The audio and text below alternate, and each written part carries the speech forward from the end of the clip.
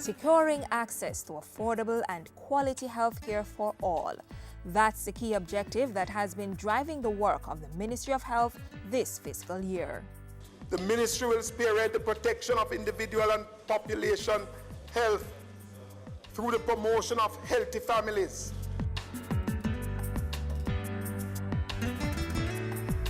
Operating a high-quality healthcare system in a tight economic atmosphere is costly and requires a sustained means of financing. The ideal is for about 10% of GDP to be committed to healthcare. In early 2013, the Health Ministry initiated a national dialogue, inviting Jamaicans to submit proposals for health financing in a series of public consultations. We will be strengthening mechanism for the collection of co-payment from insurance companies. We will be putting in place specialist services that will not be covered under the policy, as well as private medical wards in some public hospitals through public-private partnership.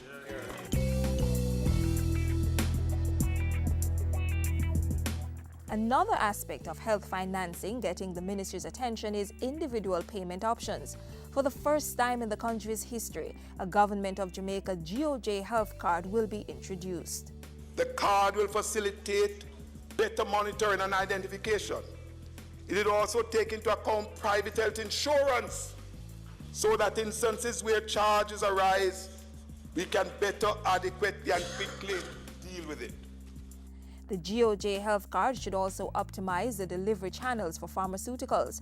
And as of August 2013, the National Health Fund takes over pharmacy services in hospitals and public health centers. This move will increase human resources and allow for 24-hour pharmacy service in hospitals and some health centers. We will revolutionize pharmacy services in Jamaica so that there will be a technology-driven, customer-focused, efficiently managed service for the first time in the history of this country, Mr. Speaker.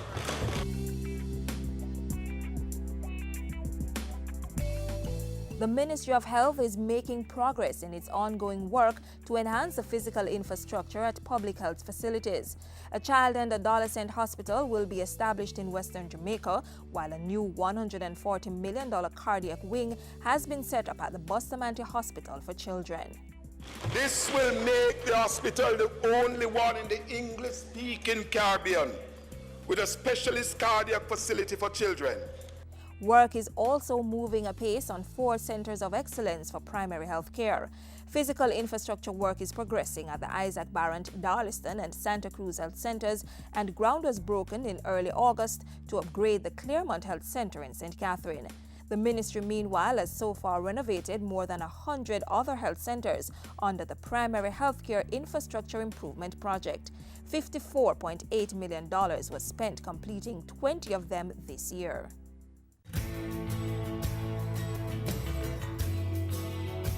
An Equipment Performance Task Force established by the ministry has developed a framework for the optimal use of medical equipment and standardized procurements. At the same time, new equipment is being purchased where necessary. And as the ministry advances the modernization of the health sector, the National Health Information System goes digital this year. We are moving from a strictly paper-based system of storing health records to electronic storage and retrieval of patient data. Even as it ensures health facilities are well equipped, the ministry is also making sure they are well staffed. Efforts to do that include an agreement with the Cuban government for 29 nurses, 8 medical doctors, 6 dentists, and a cytology technician to work in the public health sector.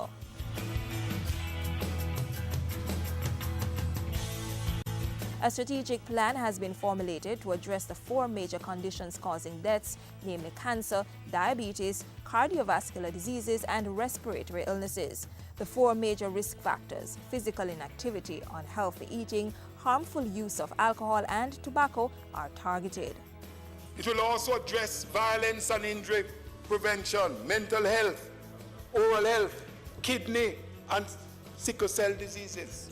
The government is committed to the World Health Assembly Resolution of 2012, for which Jamaica was very strident in getting that resolution to reduce premature deaths from non-communicable diseases by 25% by 2025. A cancer control plan for Jamaica is being advanced this year to include the reintroduction of nuclear medicine technology for improved diagnosis and treatment, while 2 linear accelerator machines are being procured for radiation treatment. As for tobacco control, cigarette smoking has been banned in specified public places.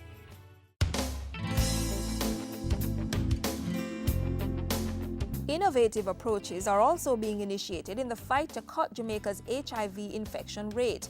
The strategy provides for a clearly identifiable AIDS authority and will expand and improve the integration of family planning, maternal and child health, sexual and reproductive health, and HIV/AIDS in primary health care.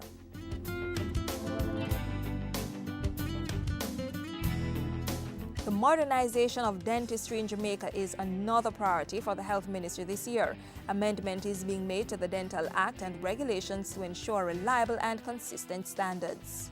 And in partnership with the non-profit group Great Shape Incorporated, the ministry is introducing a national sealant program to reduce the number of extractions, especially in children.